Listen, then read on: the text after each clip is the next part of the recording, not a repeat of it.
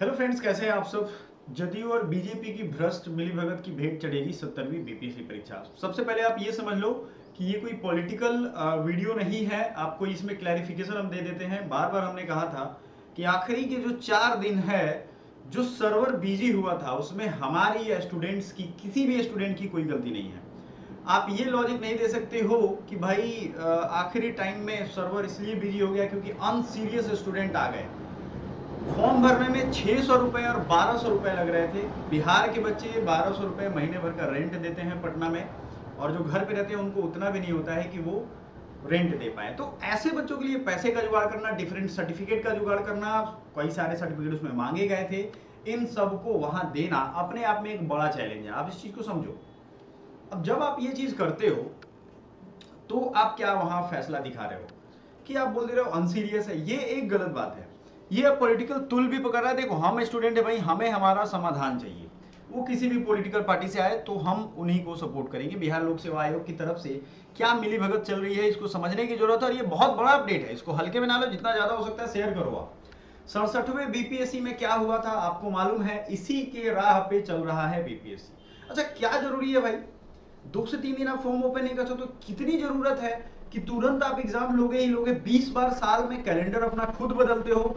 बच्चों की जरूरत के लिए आप एक बार कैलेंडर नहीं बदलते हो। न्यूज़पेपर में आके बोलते हो कि 83,000 स्टूडेंट सीरियस नहीं थे, वो लास्ट टाइम में भरने चले थे। अरे क्या मजबूरी होगी, क्यों मजबूरी होगी कि वो लास्ट टाइम में भरने चलेंगे?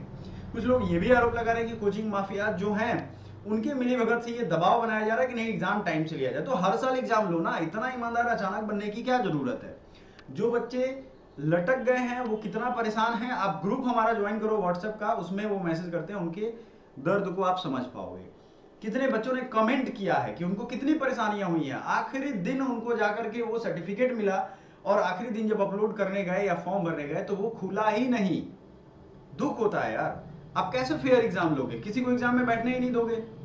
सर्टिफिकेट अगर सबके पास रहता तो ये दिन नहीं देखना पड़ता। समझ में आ रहा है आपको? तो ये चीज ध्यान से समझो, इसको बहुत जरूरत है सभी बच्चों को समझने की। इसमें क्या क्या गड़बड़ियां हुई हैं ये सब हम लोग एक एक करके बात करेंगे। आयोग के सर्वर में गड़बड़ी से 1 लाख अभ्यर्थी अधर में लटके। अच्छा, ऐसा तो नहीं है कि भाई हमने जानबूझ करके वो सर्वर को खराब कर दिया था, ऐसा तो नहीं है, है ना? किसी स्टूडेंट ने किया, ऐसा भी नहीं है। तो सर्वर खराब था, इसमें किसकी जिम्मेदारी है? किसको ठीक करना है? आप नोटिस दे रहे हैं छुट्टी के दिन में भी, और सर्वर ठीक नहीं कर सकते हैं। सर्वर पे लोड क्यों आया? आप बीच में एक और नोटिस, जैसे यूजीसी नेट मैंने रिसेंटली क्रैक किया है, उसमें आपको बता रहा हूँ। यूजीसी नेट के एग्जाम के पहले 2-3 बार दे दिया जाता है कि डेट नहीं बढ़ेगा, आप लोग भर लो अपना फॉर्म, भर लो भर लो भर लो। लेकिन क्या होता है, बच्चे नहीं भरेंगे तो नहीं भरेंगे, उनकी गलती है। नॉर्मलाइजेशन की विवादित एक ऐसी आकलन पद्धति है कि आयोग चुप है। इसमें क्या सेटिंगबाजी चल रही है भाई? अच्छा, नॉर्मलाइजेशन एक साइंटिफिक प्रोसेस है तो हर किसी को भरोसा भी होना चाहिए। साइंटिफिक प्रोसेस है, लॉजिकली सही है तो भरोसा होगा। मान लो जो चीज सही है भरोसा होगा। कोचिंग माफिया और परीक्षा माफिया के दबाव में काम कर रहा है आयोग, पॉलिटिकली नहीं है ये चीजों को समझो। आप ज्यादा से ज्यादा बच्चों को शेयर करो। और शाम में एक सेशन लेने वाले हैं, जो बच्चे पढ़ रहे हैं वो अपना पढ़ाई कंटिन्यू रखेंगे, पढ़ाई में भटकने की जरूरत नहीं है, लेकिन एक फेयर पॉइंट पे। आपको नहीं मालूम होगा, बच्चों ने हाई कोर्ट में केस किया है, एक केस रिजेक्ट हुआ है अभी, और प्रधानमंत्री तक चिट्ठी लिखी गई है। इस बात को मुख्यमंत्री को टैग किया गया है, मुख्यमंत्री को बताया गया, हमने एक ट्विटर कैंपेन किया था, काफी मेहनत की, बच्चों को एक प्लेटफॉर्म पे ला करके जोड़ा, उन्होंने डोनेशन दिया, केस भी किया गया। लेकिन यार देखो, इन सब में किसका नुकसान हो रहा है?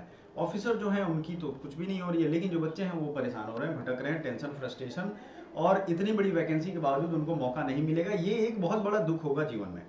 सो डेट बढ़ना ही चाहिए, एग्जाम का डेट भी बढ़ाइए, कोई दिक्कत नहीं है, एग्जाम का डेट बढ़ाना बहुत जरूरी है।